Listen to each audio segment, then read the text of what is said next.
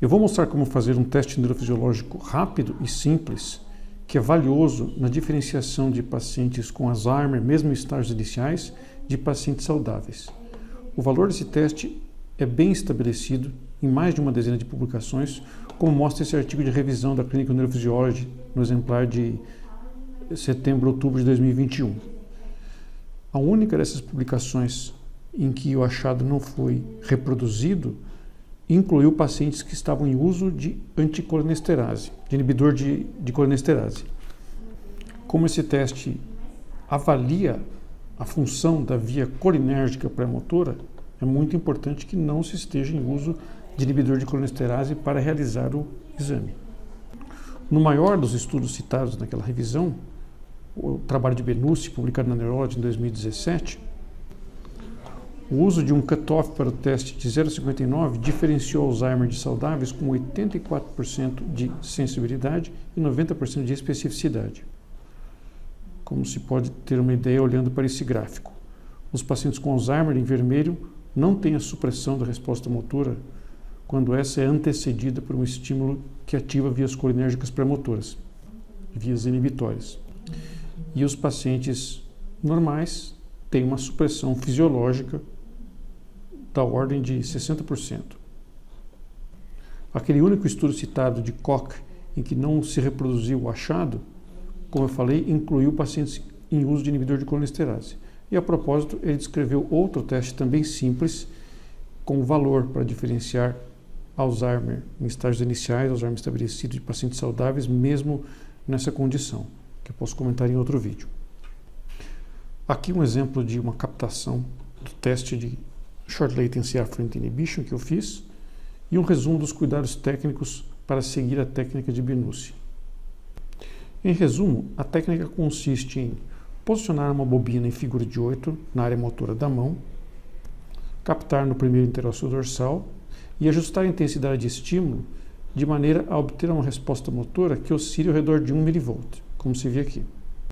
E fazer então uma série de estímulos alternando um estímulo magnético isolado e um estímulo magnético precedido por um estímulo elétrico no nervo mediano, por diferentes intervalos que incluem o intervalo de 20 milissegundos, que corresponde à latência somatosensitiva, e os intervalos 4 milissegundos antes desse de 20, 4 milissegundos depois e 8 milissegundos depois.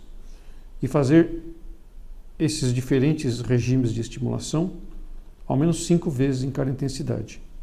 Nesse teste eu fiz até mais intervalos, fiz também intervalo de 22 e obtive essas curvas.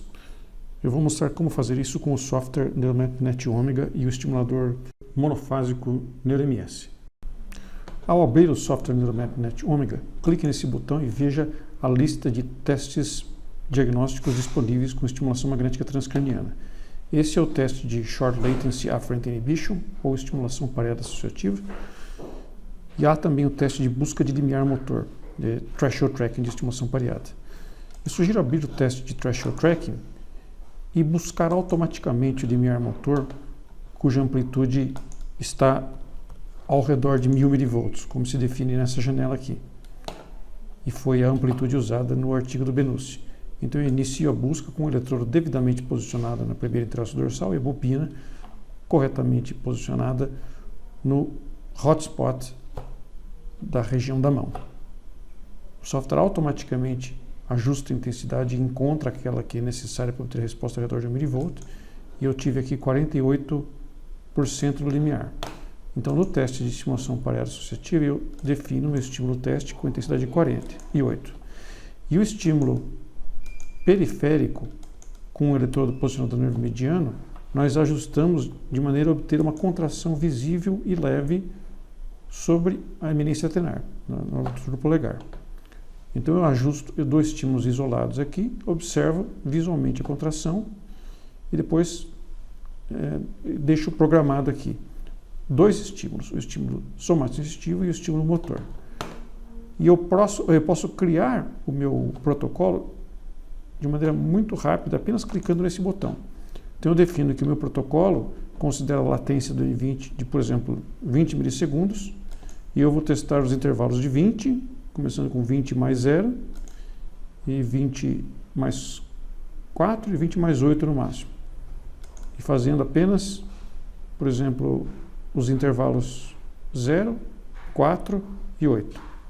5 curvas em cada teste. Com isso, apenas 20 estímulos e mais 5, que são o estímulo isolado, não pareado, eu já terminei o teste, com apenas 25 estímulos. Eu clico então na estimulação repetitiva e a partir daí todo o teste é feito de maneira automática. Ao final do teste, que é feito de maneira automática, você verá curvas como essas, que aqui estão organizadas de acordo com o intervalo de estímulos.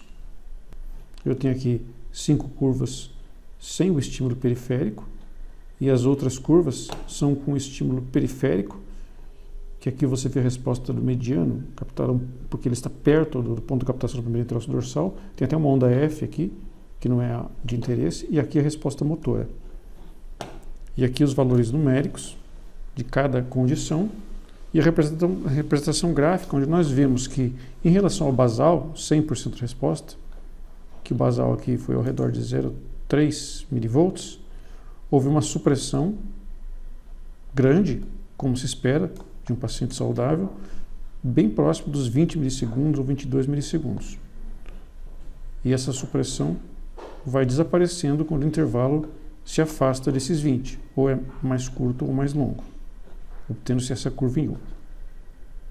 Então, um teste bastante rápido e que, com os devidos cuidados técnicos, tem alta sensibilidade e especificidade como um método complementar no diagnóstico de Alzheimer, na diferenciação entre Alzheimer, mesmo em estágios iniciais, e pacientes sem Alzheimer.